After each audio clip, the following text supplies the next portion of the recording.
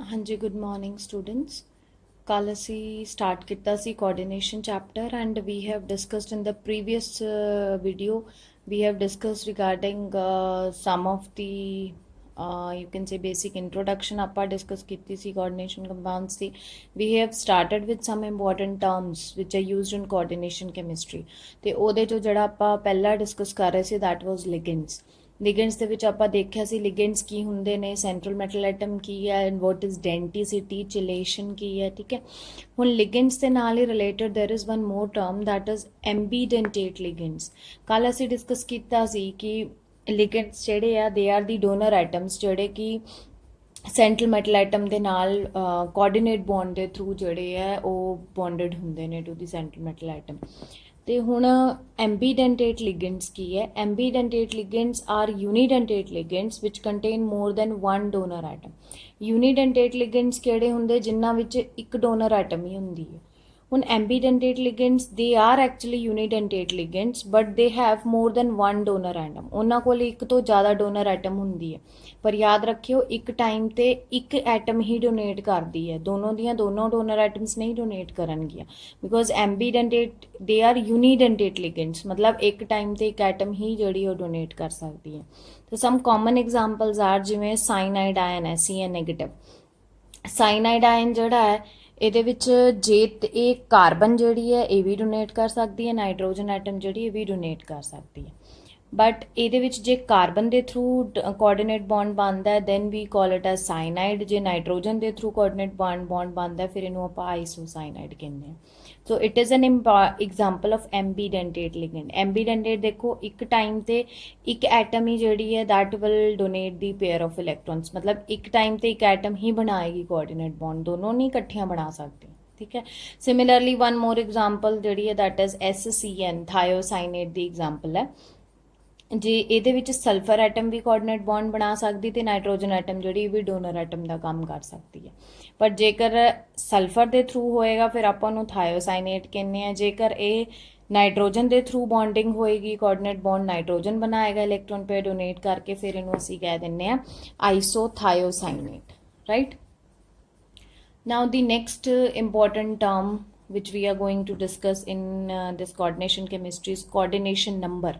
Coordination number basically ਕੀ ਹੁੰਦਾ ਹੈ? ਕੋਆਰਡੀਨੇਸ਼ਨ ਨੰਬਰ ਕੀ ਹੈ ਕਿ ਕਿੰਨੇ ਇੱਕ ਸੈਂਟਰਲ ਮੈਟਲ ਐਟਮ ਦੇ ਨਾਲ ਕਿੰਨੇ ਲਿਗੈਂਡਸ ਲੱਗੇ ਹੋਏ ਨੇ ਜਾਂ ਕਿੰਨੀਆਂ ਟੋਟਲ ਨੰਬਰ ਆਫ ਐਟਮਸ ਜਿਹੜੀਆਂ ਕਿ ਕਿਸੇ ਵੀ ਸੈਂਟਰਲ ਮੈਟਲ ਐਟਮ ਦੇ ਨਾਲ ਬੌਂਡਡ ਹੁੰਦੀਆਂ ਨੇ ਥਰੂ ਕੋਆਰਡੀਨੇਟ ਬੌਂਡ, ਉਹਨੂੰ ਆਪਾਂ ਕਹਿੰਦੇ ਕੋਆਰਡੀਨੇਸ਼ਨ ਨੰਬਰ।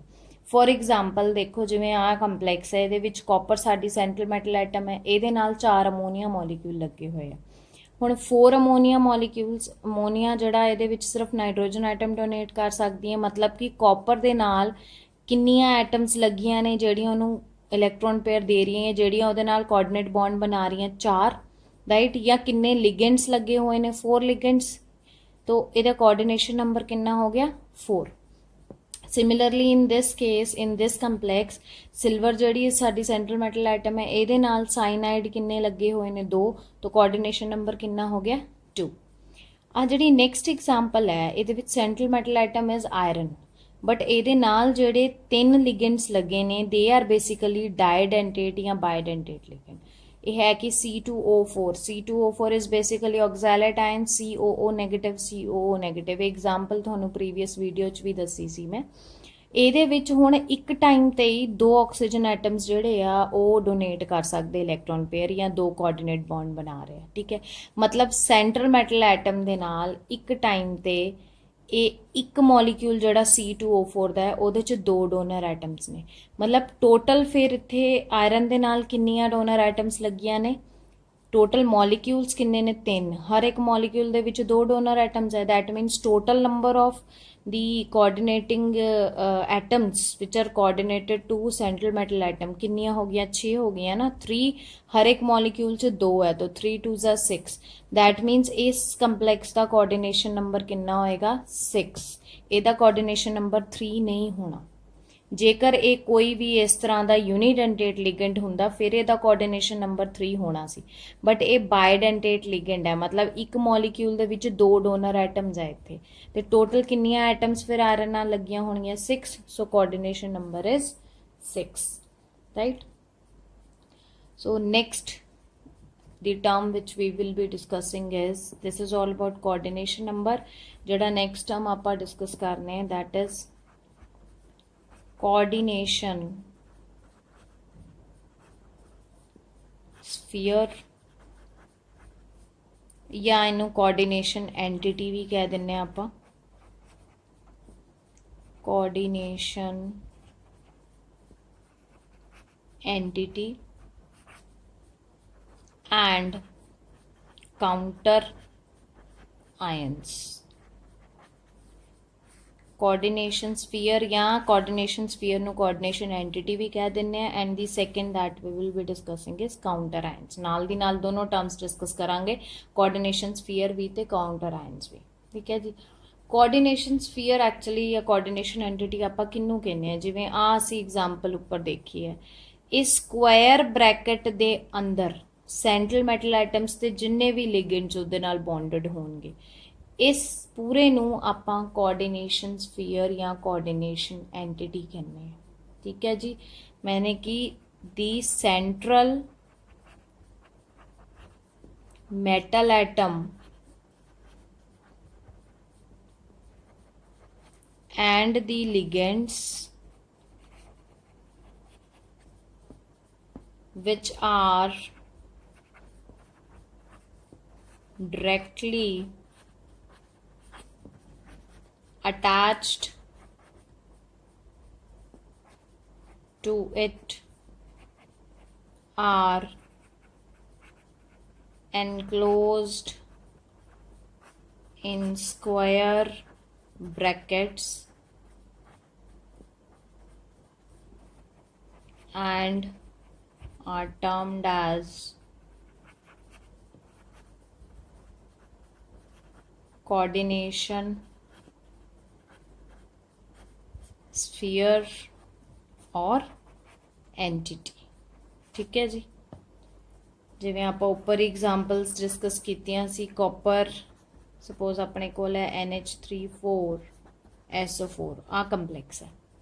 ਹੁਣ ਇਸ ਕੰਪਲੈਕਸ ਦੇ ਵਿੱਚ ਜੇਕਰ ਆਪਾਂ ਦੇਖਦੇ ਹਾਂ, ਸਕੁਆਇਰ ਬ੍ਰੈਕਟਸ ਆ ਨੇ, ਸਕੁਆਇਰ ਬ੍ਰੈਕਟ ਦੇ ਵਿੱਚ ਸਾਡੇ ਕੋਲ ਸੈਂਟਰਲ ਮੈਟਲ ਆਈਟਮ ਹੈ, ਉਹਦੇ ਨਾਲ 4 ਜਿਹੜੇ ਲਿਗੈਂਡਸ ਲੱਗੇ ਨੇ, 4 ਅਮੋਨੀਆ ਮੋਲੀਕਿਊਲਸ ਲੱਗੇ ਨੇ, ਤੇ ਆ ਜਿਹੜੀ ਹੈ ਸਕੁਆਇਰ ਬ੍ਰੈਕਟਸ ਦੇ ਵਿੱਚ ਲਿਗੈਂਡਸ ਤੇ ਸੈਂਟਰਲ ਮੈਟਲ ਆਈਟਮ ਜਿਹੜੀ ਹੈ, ਇਹਨੂੰ ਅਸੀਂ ਕਹਿੰਦੇ ਆ ਕੋਆਰਡੀਨੇਸ਼ਨ ਸਫੀਅਰ।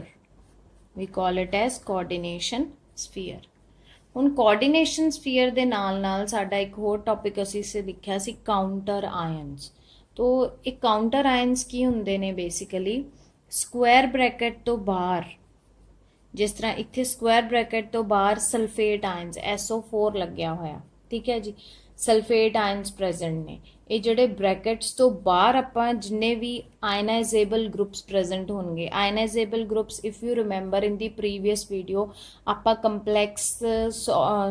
ਕੰਪਲੈਕਸਸ ਦੇ ਵਿੱਚ ਤੇ ਡਬਲ ਸੋਲਟ ਦੇ ਵਿੱਚ ਆਪਾਂ ਡਿਫਰੈਂਸਸ ਦੇਖੇ ਸੀ, ਤੇ ਉਹਦੇ ਵਿੱਚ ਆਪਾਂ ਇੱਕ ਡਿਫਰੈਂਸ ਦੇਖਿਆ ਸੀ ਜਿਹਦੇ 'ਚ ਅਸੀਂ ਕਿਹਾ ਸੀ ਕਿ ਜਦ ਵੀ ਕੋਈ ਕੋਆਰਡੀਨੇਸ਼ਨ ਕੰਪਾਊਂਡ ਹੈ, ਜੇਕਰ ਮੰਨ ਲਓ ਆਹੀ ਆਪਾਂ ਲੈ ਲਈਏ ਕੰਪਲੈਕਸ ਕੰਪਾਊਂਡ, ਤੇ ਜੇਕਰ ਇਹਦੀ ਡਿਸੋਸੀਏਸ਼ਨ ਹੋਏਗੀ ਤੇ ਸਲਫੇਟ ਆਇਨਸ ਜਿਹੜੇ ਅਲੱਗ ਹੋ ਜਾਣੇ, ਮਤਲਬ ਇਸ ਤਰ੍ਹਾਂ ਨਾਲ डिसोसिएट होएगा CuNH3 4 plus SO4 2 negative, sulphate ion के उपर 2 नेगेटिव चार्ज होंदा, कंपलैक्स ते आ जाना 2 पॉजिटिव चार्ज। इस तरह जिहड़ा है डिसोसिएट होएगा, मतलब ਜਿਹੜੇ ਸਕੁਆਇਰ ਬ੍ਰੈਕਟ ਦੇ ਬਾਹਰ ਜਿਹੜੇ ਵੀ ਐਟਮਸ ਤੇ ਗਰੁੱਪਸ ਆਪਣੇ ਕੋਲ ਪ੍ਰੈਜ਼ੈਂਟ ਹੋਣਗੇ, ਮੋਲੀਕਿਊਲ ਪ੍ਰੈਜ਼ੈਂਟ ਹੋਣਗੇ, ਮਤਲਬ ਆਇਨਾਈਜ਼ੇਬਲ ਜਿਹੜਾ ਗਰੁੱਪ ਪ੍ਰੈਜ਼ੈਂਟ ਹੁੰਦਾ ਹੈ, ਉਹਨੂੰ ਆਪਾਂ ਕਹਿੰਦੇ ਆ ਕਾਊਂਟਰ ਆਇਨ। ਮਤਲਬ ਇੱਥੇ ਕਾਊਂਟਰ ਆਇਨ ਸਾਡਾ ਕਿਹੜਾ ਹੈ, sulphate. So this is known as counter ion. ਹੁਣ ਜੇ ਤੇ ਬ੍ਰੈਕਟ ਦੇ ਰਾਈਟ ਹੈਂਡ ਸਾਈਡ ਤੇ ਪ੍ਰੈਜ਼ੈਂਟ ਹੁੰਦੇ ਆ ਜਿਹੜੇ ਆਇਨਾਈਜ਼ੇਬਲ groups, they are negatively charged ਹੁੰਦੇ ਨੇ। ਜਿਹੜੇ ਵੀ ਬ੍ਰੈਕਟ ਦੇ ਲੈਫਟ ਹੈਂਡ ਸਾਈਡ ਤੇ ਪ੍ਰੈਜ਼ੈਂਟ ਹੁੰਦੇ ਨੇ, they are positively charged, right. ਤੇ ਕਾਊਂਟਰ ਆਇਨਸ ਜਿਹੜੇ ਜ਼ਰੂਰੀ ਨਹੀਂ, ਜਿੱਥੇ ਇੱਥੇ ਸਲਫੇਟ ਆਇਨਸ ਹੈ ਤਾਂ ਜ਼ਰੂਰੀ ਨਹੀਂ ਕਿ always the counter ions will be negatively charged, they can be positively charged. ਤੇ ਜਿਹੜੇ ਪੋਜ਼ਿਟਿਵ ਆਇਨਸ ਹੁੰਦੇ ਆ ਨਾ, ਆਇਨਾਈਜ਼ੇਬਲ ਗਰੁੱਪਸ ਹੁੰਦੇ ਆ, ਉਹ ਹਮੇਸ਼ਾ ਬ੍ਰੈਕਟ ਦੀ ਲੈਫਟ ਸਾਈਡ ਤੇ ਲਿਖੇ ਹੋਏ ਹੁੰਦੇ ਆ, ਠੀਕ ਹੈ ਜੀ। ਜਿਸ ਤਰ੍ਹਾਂ ਇੱਕ ਬੜੀ ਆਪਾਂ ਕਾਮਨ ਜੀ ਐਗਜ਼ਾਮਪਲ ਹੁੰਦੀ ਹੈ K4FeCN6, ਆ ਕੰਪਲੈਕਸ ਹੈ। ਹੁਣ ਇਸ ਕੇਸ ਦੇ ਵਿੱਚ ਜੇਕਰ ਆਪਾਂ ਦੇਖਦੇ ਹਾਂ ਆ ਐਗਜ਼ਾਮਪਲ ਤੁਸੀਂ ਦੇਖੋ, ਇਹਦੇ ਵਿੱਚ ਇਹ ਸਾਡੀ ਸੈਂਟਰਲ ਮੈਟਲ ਐਟਮ ਹੈ, ਇਹ ਲਿਗੈਂਡਸ ਹੈ, ਸਕੁਆਇਰ ਬ੍ਰੈਕਟ ਮਤਲਬ ਇੱਥੋਂ ਤੋਂ ਲੈ ਕੇ ਇੱਥੋਂ ਤੱਕ ਇਹ ਕੋਆਰਡੀਨੇਸ਼ਨ ਸਫੀਅਰ ਹੋ ਗਿਆ। ਹੁਣ ਬ੍ਰੈਕਟ ਤੋਂ ਬਾਹਰ ਜਿਹੜਾ ਪ੍ਰੈਜ਼ੈਂਟ ਹੈ ਪੋਟੈਸ਼ੀਅਮ ions, they are basically the counter ions, ਤੇ ਇਹ ਜਦ ਵੀ ਡਿਸੋਸੀਏਟ ਹੋਏਗਾ 4K ਪੋਜ਼ਿਟਿਵ ਪਲਸ FeCN6 ਤੇ 4 ਪੋਜ਼ਿਟਿਵ ਚਾਰਜ ਗਏ, ਇਹਦੇ ਉੱਪਰ 4 ਨੈਗੇਟਿਵ ਚਾਰਜ ਆ ਜਾਂਦਾ। तो these are basically counter ions ਜਿਹੜੇ ਵੀ square bracket ਤੋਂ ਬਾਹਰ present ਹੋਣਗੇ, they are known as counter ions, and those square bracket ਦੇ ਵਿੱਚ central metal atom ਤੇ ligands ਹੁੰਦੇ ਆ, entirely they are known as coordination sphere ਜਾਂ coordination entity ਉਹਨੂੰ ਕਹਿੰਦੇ ਆ, right? ਹਾਂਜੀ, ਜਿਹੜਾ next term ਆਪਾਂ ਹੁਣ discuss ਕਰਨ ਆ ਰਹੇ ਹਾਂ that is coordination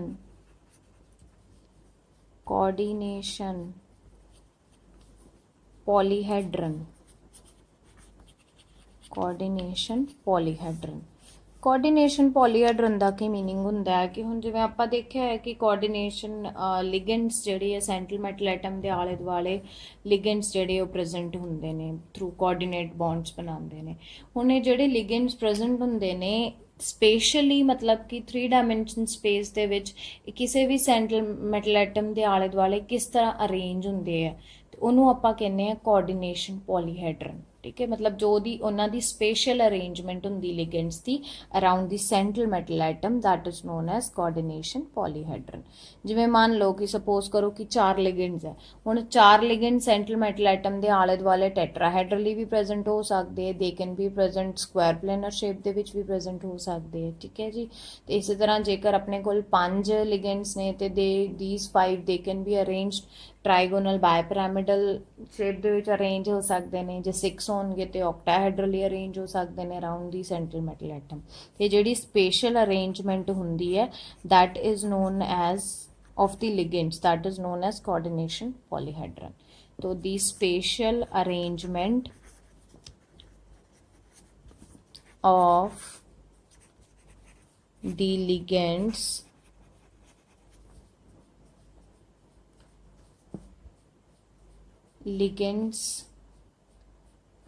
around the central metal atom is called coordination polyhedron, right? So the next term which we will be discussing now, this is very important, oxidation state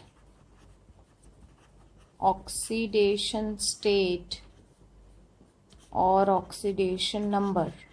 वैसे तो oxidation state oxidation number तुसी जेड़ा है कि already पढ़िया होया last class they which, and ਉਹ basically ਆਪਾਂ ਇਨਆਰਗੈਨਿਕ ਮੋਲੀਕਿਊਲਸ ਦੇ ਵਿੱਚ ਡਿਸਕਸ ਕੀਤਾ ਸੀ ਨਾ, ਆਕਸੀਡੇਸ਼ਨ ਨੰਬਰ ਜਾਂ ਸਟੇਟ ਕਿਸ ਤਰ੍ਹਾਂ ਕੈਲਕੂਲੇਟ ਕਰੀਦਾ। ਇੱਥੇ ਆਕਸੀਡੇਸ਼ਨ ਨੰਬਰ ਜਾਂ ਸਟੇਟ ਤੋਂ ਆਪਣਾ ਮਤਲਬ ਹੈ ਕਿ ਜਿਹੜੀ ਸੈਂਟਰਲ ਮੈਟਲ ਐਟਮ ਹੈ ਬੇਸਿਕਲੀ ਉਹਦਾ ਆਪਾਂ ਆਕਸੀਡੇਸ਼ਨ ਸਟੇਟ ਜਾਂ ਨੰਬਰ ਕੈਲਕੂਲੇਟ ਕਰਦੇ ਹਾਂ ਕੋਆਰਡੀਨੇਸ਼ਨ ਕੰਪਾਊਂਡਸ ਦੇ ਵਿੱਚ। ਮਤਲਬ ਕਿ ਉਸ ਸੈਂਟਰਲ ਮੈਟਲ ਐਟਮ ਦੇ ਉੱਪਰ ਕਿੰਨਾ ਚਾਰਜ ਜਿਹੜਾ ਉਹ ਕੈਰੀ ਕਰੇਗੀ ਸੈਂਟਰਲ ਮੈਟਲ ਐਟਮ ਕਿਸੇ ਵੀ ਕੋਆਰਡੀਨੇਸ਼ਨ ਕੰਪਾਊਂਡ ਦੇ ਵਿੱਚ, and that is calculated by giving मतलब assigning appropriate charges to the ligands। ਤੇ ਟੋਟਲ ਆਪਾਂ ਮਤਲਬ ਮੈਥਡ ਜਿਹੜਾ ਉਹ ਸੇਮ ਹੈ ਜਿਵੇਂ ਆਪਾਂ ਆਕਸੀਡੇਸ਼ਨ ਨੰਬਰ ਆਮ ਤੌਰ ਤੇ ਕੈਲਕੂਲੇਟ ਕਰਦੇ ਹਾਂ, ਕਿ ਜਿਹਦਾ ਤੁਸੀਂ ਕੈਲਕੂਲੇਟ ਕਰਨਾ ਹੈ ਜਿਸ ਤਰ੍ਹਾਂ ਇੱਥੇ ਸੈਂਟਰਲ ਮੈਟਲ ਐਟਮ ਦਾ ਕਰਨਾ, we will assume it as x, ਔਰ ਜਿਹੜਾ ਬਾਕੀ ਹੋਏਗਾ ਮਤਲਬ ਰੈਸਟ ਆਫ ਦੀ ਲਿਗੈਂਡਸ ਜਿਹੜੇ ਬੌਂਡਡ ਹੋਣਗੇ ਆਪਣੇ ਸੈਂਟਰਲ ਮੈਟਲ ਐਟਮ ਦੇ ਨਾਲ, ਤੇ ਉਹਨਾਂ ਤੇ ਜਿਹੜੇ ਚਾਰजेस ਹੋਣਗੇ ਸਾਰਿਆਂ ਨੂੰ ਕੈਲਕੂਲੇਟ ਕਰਕੇ we will get the oxidation state, right. ਤੇ ਇਹਦੇ ਲਈ we will take some examples, ਕਿਉਂਕਿ ਆਕਸੀਡੇਸ਼ਨ ਸਟੇਟ ਜਾਂ ਆਕਸੀਡੇਸ਼ਨ ਨੰਬਰ ਮੈਂ ਇੱਥੇ ਐਡ ਕਰ ਦਿੰਨੀ ਆ ਆਫ ਸੈਂਟਰਲ ਮੈਟਲ ਐਟਮ। ਠੀਕ ਹੈ ਜੀ, so let's start. We will take one example first. Suppose करो साडे कोल एक कंपलैक्स है, पहली एग्जाम्पल जिहड़ी मैं लै रही हाँ। suppose we have the complex FeCN6 4 negative, ठीक है जी। ਇਹ ਸਾਡੇ ਕੋਲ ਕੰਪਲੈਕਸ ਹੈ। ਇੱਥੇ ਆਪਣੀ ਸੈਂਟਰਲ ਮੈਟਲ ਐਟਮ ਕਿਹੜੀ ਆਇਰਨ, ਇਹਦਾ ਅਸੀਂ ਆਕਸੀਡੇਸ਼ਨ ਸਟੇਟ ਕੈਲਕੂਲੇਟ ਕਰਨਾ, let it be 6 sorry x। ਹੁਣ ਇਹਦਾ ਕਿਵੇਂ ਕੈਲਕੂਲੇਟ ਕਰਾਂਗੇ, x ਪਲਸ ਸਾइनाइड, ਸਾइनाइड ਦੇ ਉੱਪਰ ਜਿਹੜਾ -1 ਚਾਰਜ ਹੁੰਦਾ ਹੈ, तो किन्ने साइनाइड आयंस ने 6, सो 6 इंटू -1। इस कंप्लेक्स के ऊपर ओवरऑल चार्ज कितना है -4, so this is equal to -4, right. और x minus 6 is equal to -4, that is equal to, or x is equal to +2। ਤੇ ਇੱਥੇ ਆਇਰਨ ਐਟਮ ਦਾ ਆਕਸੀਡੇਸ਼ਨ ਸਟੇਟ ਕਿੰਨਾ ਆ ਗਿਆ, +2। oxidation state of iron atom is +2, right। similarly we will take one more example। ਉਸੇ ਤਰੀਕੇ ਨਾਲ ਹੈ ਜਿਸ ਤਰ੍ਹਾਂ ਆਪਾਂ ਲਾਸਟ ਈਅਰ ਕੀਤੇ ਸੀ, ਆਕਸੀਡੇਸ਼ਨ ਨੰਬਰ ਕਿਸ ਤਰ੍ਹਾਂ ਕੈਲਕੂਲੇਟ ਕਰਨਾ ਹੈ ਨਾ। ਆ ਤੁਸੀਂ ਮੋਲੀਕਿਊਲਸ ਦੇ ਕੇਸ ਦੇ ਵਿੱਚ ਕੀਤੇ ਸੀ, ਸਿੰਪਲ ਇਨਆਰਗੈਨਿਕ ਮੋਲੀਕਿਊਲਸ। ਇੱਥੇ ਆਪਾਂ ਜਿਹੜੀ ਗੱਲ ਕਰ ਰਹੇ ਹਾਂ ਹੁਣ ਕੋਆਰਡੀਨੇਸ਼ਨ ਕੰਪਾਊਂਡਸ ਦੀ, ਮੈਥਡ ਤੇ ਸਾਡਾ ਸੇਮ ਹੀ ਹੈ, ਰਾਈਟ। ਲਾਈਕਵਾਈਜ਼ ਇਨ ਕੇਸ ਸਪੋਜ਼ ਆਪਣੇ ਕੋਲ ਕੰਪਲੈਕਸ ਹੈ ਨਿਕਲ CO4, ठीक है जी। नो चार्ज मतलब न्यूट्रल है कंप्लैक्स, ਇਹਦੇ ਉੱਪਰ ਕੋਈ ਚਾਰਜ ਨਹੀਂ ਹੈਗਾ। ਹੁਣ ਆ ਸਾਡੀ ਸੈਂਟਰਲ ਮੈਟਲ ਐਟਮ ਹੈ, ਇਹਦਾ ਆਪਾਂ ਆਕਸੀਡੇਸ਼ਨ ਸਟੇਟ ਮੰਨ ਲਿਆ x, ਕਿਉਂਕਿ ਸੈਂਟਰਲ ਮੈਟਲ ਐਟਮ ਦਾ ਆਕਸੀਡੇਸ਼ਨ ਸਟੇਟ ਕੈਲਕੂਲੇਟ ਕਰਨਾ। ਕਾਰਬੋਨਿਲ ਜਿਹੜਾ ਹੈ ਨਿਊਟਰਲ ਮੋਲੀਕਿਊਲ ਹੁੰਦਾ, ਦੈਟ ਮੀਨਸ ਇਹਦੇ ਉੱਪਰ ਕੋਈ ਚਾਰਜ ਨਹੀਂ ਹੈ, ਸੋ ਇਟ ਵਿਲ ਬੀ, ਇਹਦਾ oxidation state is equal to x +4 into 0 is equal to overall कुछ नहीं, neutral molecule 0, 4 into 0 is 0, therefore x की हो गया 0, so therefore oxidation state of nickel in this case is 0, ठीक है। इस case दे विच इहदा oxidation state कितना है, it is 0, right। तो और we will take 1-2 more examples।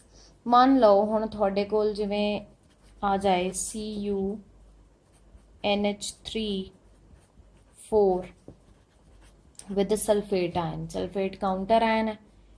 हुण ਇਹਦਾ जद ਆਪਾਂ ਆਕਸੀਡੇਸ਼ਨ ਸਟੇਟ ਇਹਨੂੰ x मान लिया, so oxidation state x plus neutral है अमोनीया ਜਿਹੜਾ न्यूट्रल मॉलिक्यूल ਹੁੰਦਾ, ਇਹਦੇ ਤੇ ਵੀ चार्ज 0, सो 4 into 0।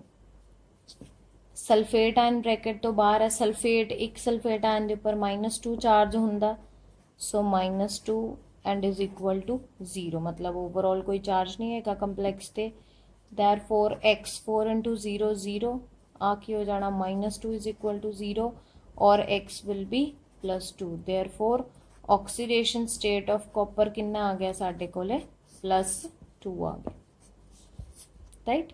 तो इस तरीके दे नाल जिहड़ा असीं सैंट्रल मैटल एटम दी ऑक्सीडेशन स्टेट नूं कैलकुलेट करते हैं, ठीक है जी। हुण एक एग्जाम्पल होर लैके तुहानूं विल टेक वन, सपोज अपने कोले है K4FeCN6, ਇਹਦੇ ਵਿੱਚ ਜੇਕਰ ਆਪਾਂ ਆਇਰਨ ਦੀ ਆਕਸੀਡੇਸ਼ਨ ਸਟੇਟ ਕੈਲਕੂਲੇਟ ਕਰਨੀ ਹੈ ਤਾਂ ਕਿੰਨੇ ਪੋਟੈਸ਼ੀਅਮ ਆਇਨਸ ਨੇ, 4 ਆਰ देयर। ਹਰ ਇੱਕ ਦੇ ਪੋਟੈਸ਼ੀਅਮ ਦੇ ਉੱਪਰ +1 ਚਾਰਜ ਹੁੰਦਾ, ਸੋ it will B 4 plus x cyanide, एक साइनाइड के उपर -1 चार्ज होंदा इज इक्वल टू 0, और this is -6 + 4, x - 2 is equal to 0, और x is equal to +2। Therefore iron दा ऑक्सीडेशन स्टेट कितना आ गया साडे कोले, +2, right. So this is how we can calculate the oxidation state of the central metal atom, ठीक है जी। On the next term which we are going to discuss now is charge on complex ion। If you remember in the previous video ਆਪਾਂ discuss ਕੀਤਾ ਸੀ ਸਾਡੇ ਕੋਲ ਤਿੰਨ ਤਰ੍ਹਾਂ ਦੇ complexes ਹੁੰਦੇ ਨੇ। One is positively charge cationic complex, anionic complex and neutral complex. तो पॉजिटिवली चार्ज होएगा तो कैटायनिक होएगा, नेगेटिवली चार्ज होएगा तो anionic complex, and if there is no charge then we call it as a neutral complex, right. ਤੇ complex ਦੇ ਉੱਪਰ charge ਦਾ ਕੀ ਮਤਲਬ ਹੈ, ਮਤਲਬ ਕਿੰਨਾ ਟੋਟਲ ਚਾਰਜ ਉਹਦੇ ਉੱਪਰ ਪ੍ਰੈਜ਼ੈਂਟ ਹੋਏਗਾ, ਪੋਜ਼ਿਟਿਵ, ਨੈਗੇਟਿਵ ਜਾਂ ਜ਼ੀਰੋ, ਰਾਈਟ। ਹੁਣ ਇਹ ਟੋਟਲ ਚਾਰਜ ਦਾ ਸਾਨੂੰ ਪਤਾ ਕਿੱਥੋਂ ਲੱਗਦਾ ਹੈ? ਟੋਟਲ ਚਾਰਜ ਦਾ ਸਾਨੂੰ ਪਤਾ ਲੱਗੇਗਾ ਕਿ ਜਿੰਨੇ ਵੀ ਉਹਦੇ ਵਿੱਚ ਐਟਮਸ, ਆਇਨਸ ਪ੍ਰੈਜ਼ੈਂਟ ਹੋਣਗੇ ਉਹਨਾਂ ਸਾਰਿਆਂ ਦਾ ਆਪਾਂ ਟੋਟਲ ਕਰ ਦੇਣਾ, that will give us the total charge. ਜਿਵੇਂ ਮੰਨ ਲਓ, ਸਪੋਜ਼ ਕਰੋ ਕਿ ਜਿਵੇਂ ਆ ਐਗਜ਼ਾਮਪਲ ਅਸੀਂ ਲਈ ਸੀ, ਇਸ ਐਗਜ਼ਾਮਪਲ ਦੇ ਵਿੱਚ ਹੁਣ ਆ ਟੋਟਲ ਇਹਦੇ ਉੱਪਰ ਤੇ ਚਾਰਜ 4 ਨੈਗੇਟਿਵ ਹੈ। ਇਹ 4 ਨੈਗੇਟਿਵ ਕਿਵੇਂ ਆਂਦਾ? ਇੱਥੇ ਆਇਰਨ ਦੇ ਉੱਪਰ ਚਾਰਜ ਕਿੰਨਾ ਹੈ? +2 I'm going to take the same example over here, FeCN6 4 negative. ਹੁਣ ਇਹ ਇੱਕ ਅਨਾਇਨਿਕ ਕੰਪਲੈਕਸ ਹੈ, ਇਹਦੇ ਉੱਪਰ ਓਵਰਆਲ ਚਾਰਜ ਕਿੰਨਾ ਆ ਰਿਹਾ? 4 ਨੈਗੇਟਿਵ। ਇਹ 4 ਨੈਗੇਟਿਵ ਕਿਵੇਂ ਆਇਆ ਓਵਰਆਲ ਚਾਰਜ? ਕਿ ਇੱਥੇ ਆਇਰਨ ਦਾ ਕਿੰਨਾ ਚਾਰਜ ਸੀ? +2 ਪਲੱਸ ਸਾਇਨਾਈਡ 6 into -1, ਰਾਈਟ। ਹੁਣ ਆ ਕਿੰਨਾ ਹੋ ਗਿਆ? 2, ਆ ਕਿੰਨਾ ਹੋ ਗਿਆ? -6, that is -4। ਤੇ ਇਹਦੇ ਉੱਪਰ ਓਵਰਆਲ ਚਾਰਜ ਕਿੰਨਾ ਹੈ ਕੰਪਲੈਕਸ ਦੇ ਉੱਪਰ? -4। that means charge on any complex is what? that is the algebraic sum। ਉਹ ਕੀ ਹੁੰਦਾ? ਸਮ ਹੁੰਦਾ ਹੈ ਨਾ of the charges which are carried by central metal ion and ligand, ਜਿਹੜੇ ਵੀ ਪ੍ਰੈਜ਼ੈਂਟ ਹੁੰਦੇ ਨੇ ਤੇ ਉਹਨਾਂ ਸਾਰਿਆਂ ਦਾ ਜਿਹੜਾ ਟੋਟਲ ਸਮ ਹੁੰਦਾ ਹੈ, that give us the charge on the complex ion। ਠੀਕ ਹੈ ਜੀ। ਹੁਣ ਜਿਵੇਂ ਮੰਨ ਲਓ, ਸਪੋਜ਼ ਕਰੋ ਕਿ we have the complex CuNH3 4, ਠੀਕ ਹੈ। ਹੁਣ ਇਹਦੇ ਉੱਪਰ ਜਿਹੜਾ ਹੈ ਓਵਰਆਲ ਚਾਰਜ ਕਿੰਨਾ, ਉਹ ਕਿਵੇਂ ਪਤਾ ਲੱਗੇਗਾ? ਹੁਣ ਇਹਦੇ ਉੱਪਰ ਓਵਰਆਲ ਚਾਰਜ ਦੇਖੋ, ਕਾਪਰ ਜਿਹੜਾ ਹੈ ਇਹਦਾ ਇੱਥੇ ਸੇਮ ਕੰਪਲੈਕਸ ਹੈ ਜਿਹੜੀ ਐਗਜ਼ਾਮਪਲ ਆ ਵਾਲੀ ਅਸੀਂ ਲਈ ਸੀ। ਇਸ ਕੇਸ ਦੇ ਵਿੱਚ ਕਾਪਰ ਤੇ ਕਿੰਨਾ ਚਾਰਜ ਆਇਆ ਸੀ? +2। ਇਹ ਤੇ ਨਿਊਟਰਲ ਮੋਲੀਕਿਊਲ ਹੈ, ਅਮੋਨੀਆ ਜਿਹੜਾ ਨਿਊਟਰਲ ਮੋਲੀਕਿਊਲ ਹੈ, ਮਤਲਬ 0, 4 into 0।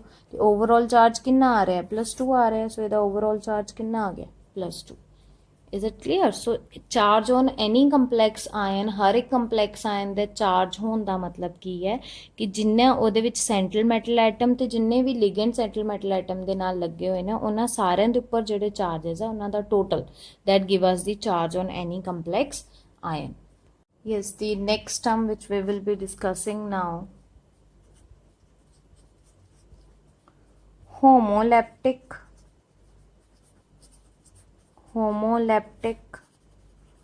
and heteroleptic complexes।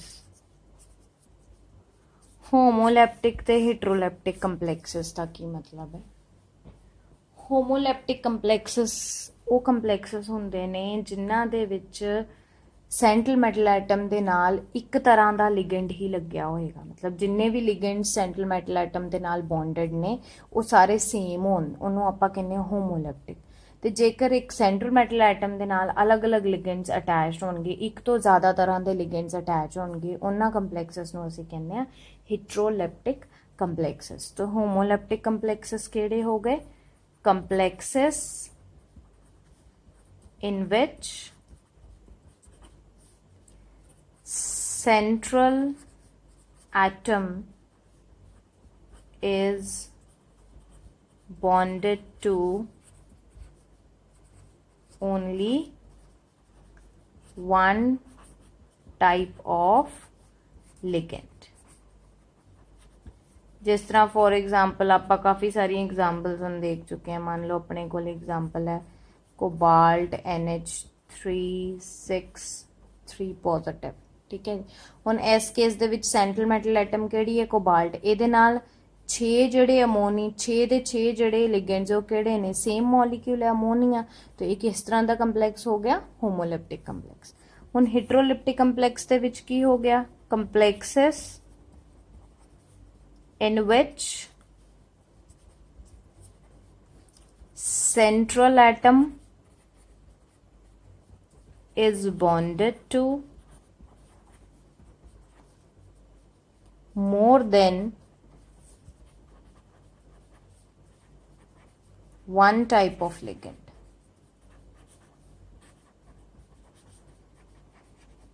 right? For example, cobalt NH3 4 Cl2 positive, ठीक है जी। ਸੋ ਇੱਥੇ ਸੈਂਟਰਲ ਮੈਟਲ ਐਟਮ ਸਾਡੀ ਕੋਬਾਲਟ ਹੈ, ਇਹਦੇ ਨਾਲ 4 ਜਿਹੜੇ ਅਮੋਨੀਆ ਮੋਲੀਕਿਊਲ ਲਿੰਕਡ ਨੇ ਤੇ 2 ਜਿਹੜੇ ਕਲੋਰਾਈਡ ਆਇਨਸ ਲਿੰਕਡ ਨੇ, ਮਤਲਬ ਇੱਕ ਤੋਂ ਜ਼ਿਆਦਾ ਤਰ੍ਹਾਂ ਦੇ ਇਹਦੇ ਨਾਲ ਲਿਗੈਂਡਸ ਲਿੰਕਡਸ ਨੇ। ਸੋ ਇਟ ਇਜ਼ ਅ ਹਾਈਡਰੋਲਿਪਟਿਕ ਕੰਪਲੈਕਸ, ਰਾਈਟ। ਨੈਕਸਟ ਜਿਹੜਾ ਹੁਣ term which we are going to discuss is homonuclear and polynuclear complexes।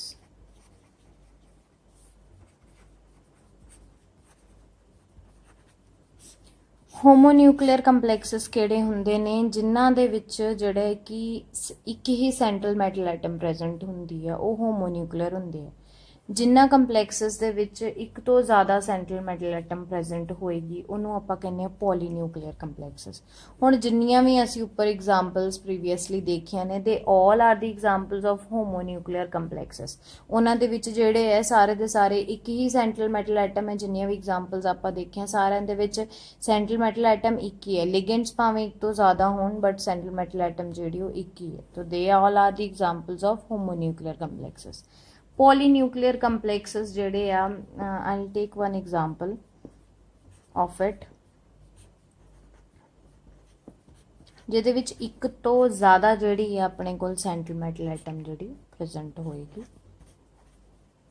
Cobalt En twice, then cobalt En twice,